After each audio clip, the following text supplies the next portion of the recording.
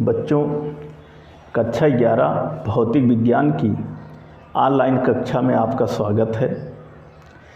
जैसे कि आप लोग इस समय चैप्टर सदिश विश्लेषण एवं प्रक्षेप गति के बारे में पढ़ रहे हैं। इसके पहले की वीडियो में हम आपको वेक्टरों से संबंधित परिभाषाओं के बारे में बताया है। दो वेक्टरों को कैसे जोड़ा जाता है, दो से अधिक वेक्टरों को कैसे जोड़ा जाता है, वेक्टरों के जोड़ने की गणितीय विधि क्या है, इन सब के बारे में हम आपको बता चुके हैं। इस चैप्टर के शेष जो और टॉपिक हैं उसके बारे में हम आज आपको बताने चल रहे हैं, और जिनमें से आज का जो पहला टॉपिक है वह है दो वेक्टरों का घटाना।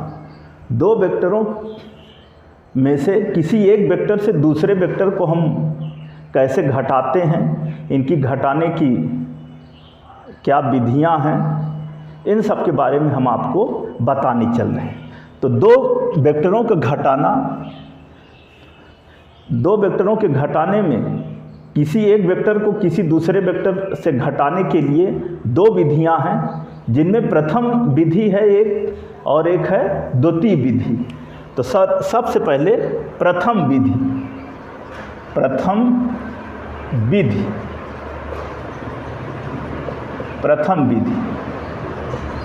तो प्रथम विधि में हम दो वेक्टर लेते हैं और उन दोनों वेक्टरों में से किसी एक वेक्टर से दूसरे वेक्टर को घटाते हैं। तो देखिए, हम मान लेते हैं कि माना कोई दो वेक्टर है, एक हमारा है वेक्टर ए और दूसरा है हमारा वेक्टर बी। इसको हम चित्र ए मान लेते हैं। चित्र ए में हमने माना कि कोई दो वेक्टर हैं, एक है वेक्टर ए और दूसरा है वेक्टर बी। हमें इस वेक्टर ए से वेक्टर बी को घटाना है। वेक्टर बी को हमें वेक्टर ए से घटाना है। तो वेक्टर बी को वेक्टर ए से घटाने के लिए हम क्या करते हैं कि सबसे पहले तो हम वेक्टर बी को जो है उलट लेते हैं। वेक्टर ए को वैसे ही रहने देते हैं और वेक्टर बी को हम उलट लेते हैं। तो जब उलट लेते हैं तो वेक्टर बी हो जाएगा माइनस वेक्टर बी। क्या हो गया? Minus vector B. इसको हम चित्र बी से प्रदर्शित करते हैं। फिर जैसे हमने आपको वेक्टरों के जोड़ने की त्रिभुज विधि बताया था, उसी के अनुसार इन दोनों वेक्टरों को हम जोड़ लेते हैं। तो जोड़ने के लिए क्या करते हैं? सर्वप्रथम दिए गए वेक्टर ए को उसी की दिशा व परिमाण के साथ, जितनी लंबाई का दिया है, जिस दिशा जो उसकी दिशा है, उसकी दिशा व परिमाण के साथ हम वेक्टर ए को खींच लेते हैं। फिर इस वेक्टर ए के अंतिम सिरे से दिए गए दूसरे वेक्टर माइनस वेक्टर बी के प्रारंभिक सिरे को उसी की दिशा व परिमाण के साथ जोड़ देते हैं। ए हो गया माइनस वेक्टर बी। फिर अंत में इस पहले वेक्टर ए के प्रारंभिक सिरे को दूसरे वेक्टर माइनस बी के अंतिम सिरे से मिला देते हैं।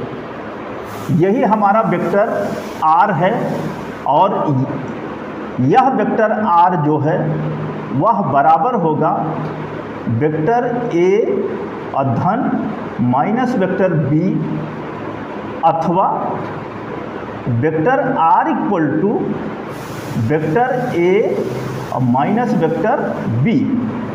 Vector R equal to vector A minus vector B.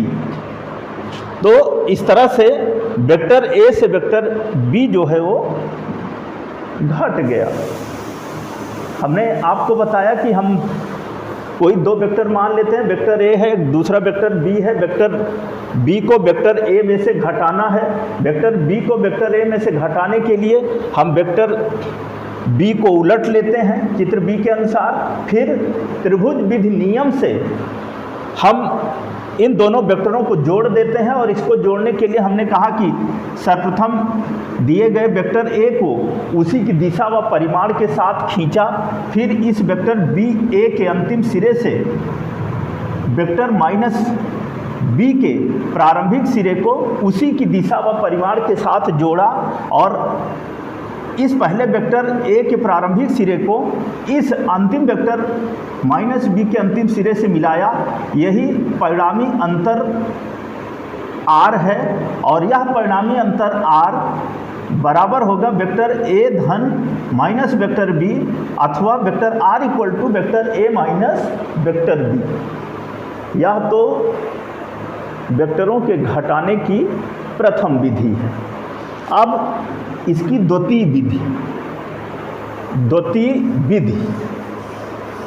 विधि में हम देखते हैं कि किसी एक वेक्टर से दूसरे वेक्टर को कैसे घटाते हैं। द्वितीय विधि, इस विधि में भी हम मान लेते हैं कि माना कोई दो वेक्टर है, एक है वेक्टर ए और दूसरा है वेक्टर बी, और इन दोनों वेक्टरों को में से किसी एक वेक्टर से दूसरे वेक्टर को घटाना है। तो किसी एक वेक्टर से दूसरे वेक्टर को घटाने के लिए सर्वप्रथम यदि हमें वेक्टर ए से वेक्टर बी को घटाना है, तो सर्वप्रथम हम दिए गए वेक्टर ए को उसी की दिशा व परिमाण के साथ खींच लेते हैं। फिर इस वेक्टर बी के प्रारंभिक सिरे को खिसकाकर इस पहले वेक्टर ए के प्रारंभिक सिरे से जोड़ देते हैं, और फिर इस वेक्टर बी के अंतिम सिरे से वेक्टर ए के अंतिम सिरे को मिला देते हैं। यही हमारा वेक्टर r है, और यह वेक्टर r जो है बराबर है vector a minus vector b के। a है चित्र b। वेक्टर b को वेक्टर a से घटाने के लिए सर्वप्रथम वेक्टर a खींचा, फिर इसके प्रारंभिक सिरे से दिए गए वेक्टर b के प्रारंभिक सिरे को मिलाया, और फिर वेक्टर b के अंतिम सिरे को वेक्टर a के अंतिम सिरे से मिलाया। यही वेक्टर r दोनों वेक्टरों वेक्टर a व वेक्टर b का परिणामी अंतर है। अर्थात vector r equal to vector a minus vector b, equation number first. अगर वेक्टर b को वेक्टर a से घटाना है तब, यदि वेक्टर b से वेक्टर a को घटाना है तब क्या करते हैं, दिए गए इस पहले वेक्टर a को उसी की दिशा व परिमाण के साथ खींच लेते हैं। फिर इस दिए गए वेक्टर b को खिसका कर इस पहले वेक्टर a के प्रारंभिक सिरे से जोड़ देते हैं। फिर वेक्टर b से वेक्टर a को घटाने के लिए हम इस वेक्टर a के अंतिम सिरे को वेक्टर b के अंतिम सिरे से मिला देते हैं। यही हमारा वेक्टर परिणामी वेक्टर r डैश है, और यह परिणामी वेक्टर r डैश बराबर होगा vector b minus vector a के। इसे हम चित्र c से प्रदर्शित करते हैं, और इस प्रकार vector r dash equal to vector b minus vector a, equation number second. अब चित्र b व c को देखते हैं, तो चित्र b में वेक्टर r की दिशा और चित्र c में वेक्टर r की दिशा जो है वह परस्पर एक दूसरे के विपरीत है। अतः इस स्थिति में समीकरण 1 व 2 से क्या हो जाएगा, वेक्टर r बराबर माइनस वेक्टर r डैश अथवा vector a minus vector b बराबर माइनस वेक्टर बी और minus vector A, minus vector B और माइनस वेक्टर ए। तो ए है हमारा दो वेक्टरों का घटाना। किसी एक वेक्टर से दूसरे वेक्टर को हम कैसे घटाते हैं, जैसे कि हमने आपको बताया, आप इस चित्र को देखेंगे और जैसे हमने बताया है इसी तरह से हम किसी एक वेक्टर से दूसरे वेक्टर को घटा सकते हैं। अब आगे का जो टॉपिक है वह है वेक्टरों का वियोजन। वेक्टरों का वियोजन, वेक्टरों का वियोजन। वियोजन होता क्या है?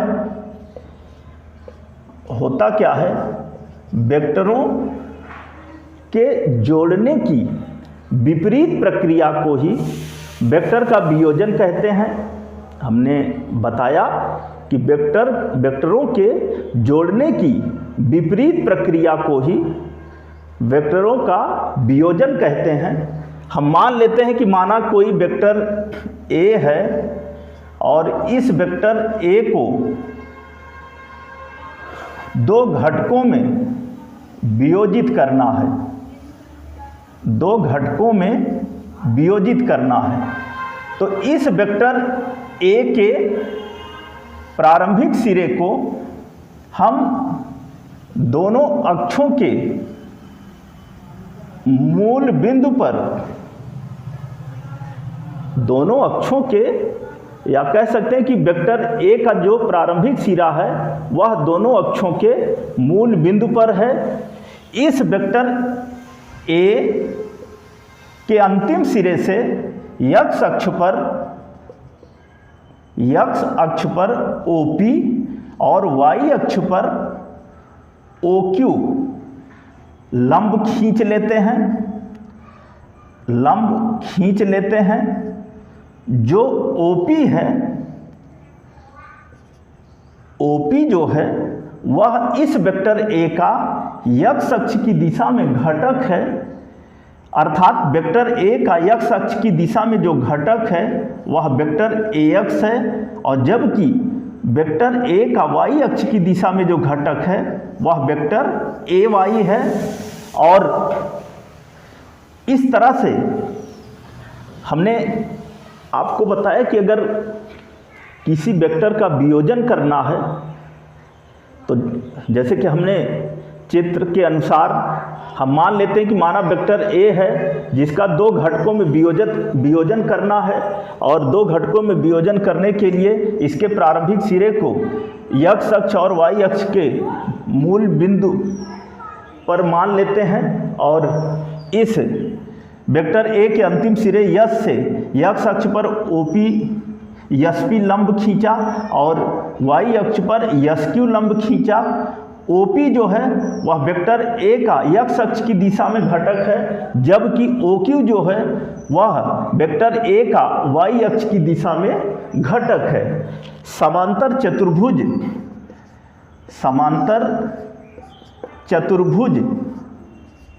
चतुर्भुज नियम के अनुसार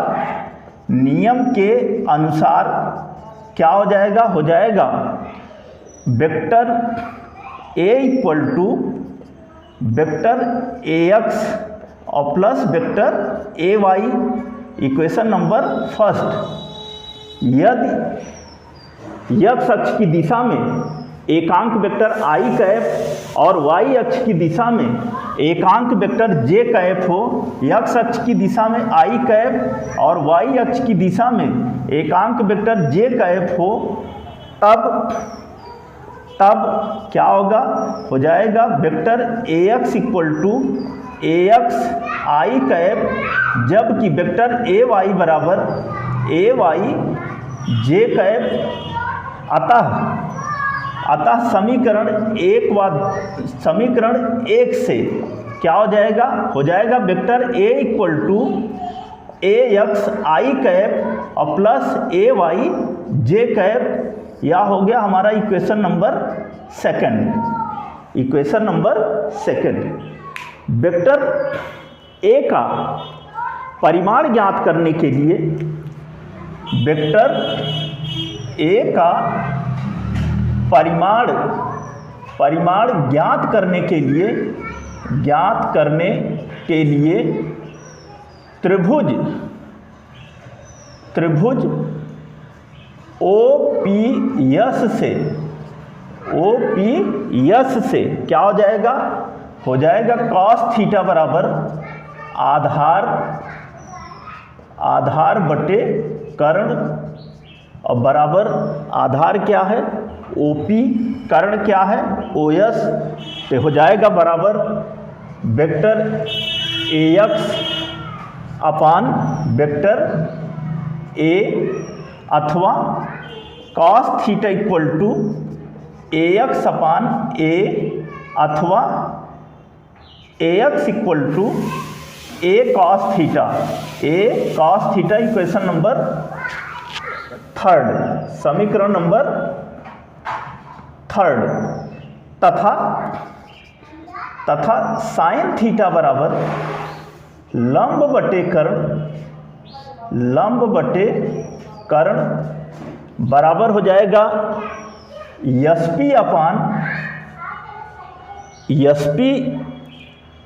अपान OS, अथवा साइन थीटा इक्वल टू हो जाएगा वेक्टर AY बटे वेक्टर A, अथवा साइन थीटा बराबर AY बटे A, अथवा AY equal to A sine theta. Equation number 4। अब बच्चों इसको ध्यान से देखिए और इसको नोट करते रहिए। अब इस वेक्टर A का परिमाण ज्ञात करने के लिए हम समीकरण 3 व 4 का वर्ग करके जोड़ देते हैं। समीकरण 3 व 4 का वर्ग करके जोड़ने पर समीकरण 3 व 4 का वर्ग करके जोड़ने पर हो जाएगा AX स्क्वायर धन AY स्क्वायर बराबर A square cos square theta और plus A square sine square theta, अथवा AX स्क्वायर धन AY स्क्वायर बराबर A स्क्वायर ब्रैकेट में कॉस स्क्वायर थीटा और धन साइन स्क्वायर थीटा, अथवा AX स्क्वायर धन AY स्क्वायर बराबर A स्क्वायर। चूँकि cos square theta plus sine square theta equal to 1, अथवा A equal to under root AX square धन AY square. यही जो है हमारा वेक्टर A का परिमाण A है। यही वेक्टर A का परिमाण A है। दिशा ज्ञात करने के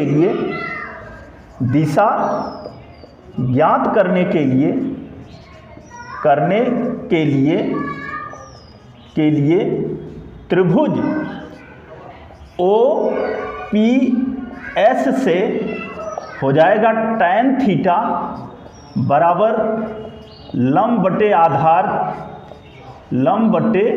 आधार बराबर वेक्टर AY बटे वेक्टर AX, अथवा tan थीटा बराबर AY बटे AX, अथवा theta equal to tan inverse AY बटे AX।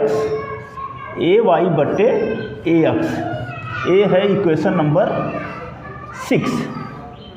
तो जिस वेक्टर का वियोजन करना था वेक्टर A का, उसका जो परिमाण का सूत्र है वह vector A equal to under root AX square धन AY स्क्वायर, और दिशा ज्ञात करने का जो सूत्र है वह है थीटा बराबर tan इनवर्स AY बटे AX। ये था हमारा वेक्टरों का वियोजन। तो बच्चों, वीडियो को आप ध्यान से देखिए और समझिए, नोट करिए। इस चैप्टर के शेष जो टॉपिक हैं हम आपको अगली वीडियो में बताएंगे। धन्यवाद।